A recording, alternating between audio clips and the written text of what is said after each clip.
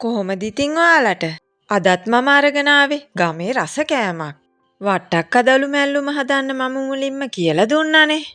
වට්ටක් කදලු කනවා නම් වට්ටක් කදලු වැඩිපුර දාලා හදපු කිරි පරිප්පුවක් කාලම බලන්න ඕන කෑමක්.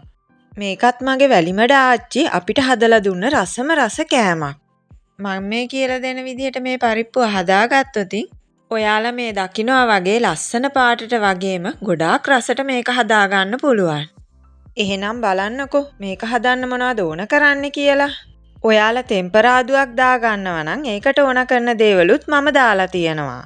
මන්නම් මේක හදාගන්නේ වට්ටක් කදලු රසය වැඩිපුර දැනෙන්න කිරි පරිප්පුවක් විදියටයි. දැන් එහෙනම් බලන්නකෝ මම මේක හදාගත්ත විදිය.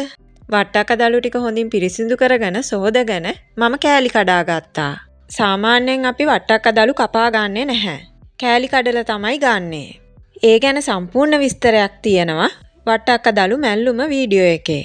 ඔයාලට මම මේ වීඩියෝ එකේ ලින්ක් එක පහලින් දාන්නම්. මුලින්ම මම පරිප්පු ටික හොදගෙන වළඳකට දාගත්තා. ඒකට මම රම්ප කරපිංචා, අමු මිරිස්, රතු ලූණු, සුදු ලූණු, කුරුඳු එකතු කරගත්තා. ඒකටම මම කහ කුඩු, මිරිස් කුඩු යන්තම් ටිකක්, ඒ වගේම රස අනුව ලුණුත් එකතු කළා. මේකට මම දියකිරි එකතු කරලා මෙන්න මේ වගේ උයාගත්තා. මෙන්න මේ ඔයාලා දකින්නවා වගේ පරිප්පු ටික තැම්බෙන්න ඕන. මේ ඔයාලා දකින්නවා වගේ මේ ගානට පරිප්පු ටික තැම්බුනම මම මේකට හොඳ උකුවට හදාගත්ත මිටිකිරි ටිකක් එකතු කරගන්නවා. මිටිකිරි ටිකත් හොඳට කලවම් කරලා මම මේකට කඩාගත්ත වට්ටක් කදලු ටික එකතු කරගන්නවා.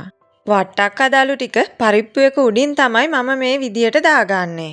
මම මේක කලවම් කරන්නේ නැහැ. වට්ටක් කදලු ටික පරිප්පු වල හුමාලෙන් තැම්බෙන්න මම මේ විදියට භාජනය වහලා ටික වෙලාවක් උයා ගන්නවා. දැන් ඔයාලට පේනවා ඇති වට්ටක් කදලු ටික ලස්සන කොළ පාටක් වෙලා තියෙනවා.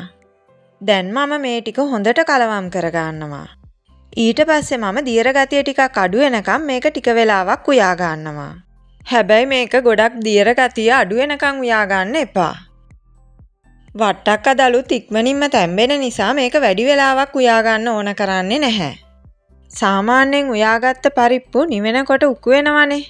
අන්න ඒ වගේ මේකත් නිවෙනකොට උකු ගතිය වැඩි වෙනවා. වට්ටක් කදලු වල පොඩි දියර ගතියකුත් හොද්දට එකතු වෙන නිසා අවශ්‍ය ප්‍රමාණය බලලා මේක උයා ගන්න. කැමති අය මේක ලිපෙන් ඉවත් කරගන්න කලින් ටෙම්පරාදු කරගන්න. මේක ටෙම්පරාදු කරලත් හරිම රසයි. ඒ වුණාට මම ආසම කිරි රසට වට්ටක් කදලු රසය එකතු වෙලා එන රසයට. අන්න ඒක නිසා මම මේ කිරි රසයටම මේක උයා ගන්නවා. මේකට අනවශ්‍ය විදිහට එක එක කුළු බඩු එකතු කරන්න එපා. ඒ වගේම මිරිස් රසය වැඩි කරගන්නත් එපා. ඒ වගේම ගන්න පරිප්පු ප්‍රමාණය බලලා ඊට වැඩි ප්‍රමාණයක් වෙන්න වට්ටක් කදලු ගන්න. ඔන්න ඉතින් ওই විදිහට තමයි මම මේ වට්ටක් කදලු වැඩිපුර දාලා හදාගන්න වට්ටක් කදලු රසය වැඩිපුර දැනෙන කිරි පරිප්පුව හදාගන්නේ. වෙලාවක ඔයාලත් මේක මේ විදිහට හදලා බලන්නකෝ. හදලා බැලුවොතින් කොහොමද රස කියලා මටත් කියන්න අමතක කරන්න එපා.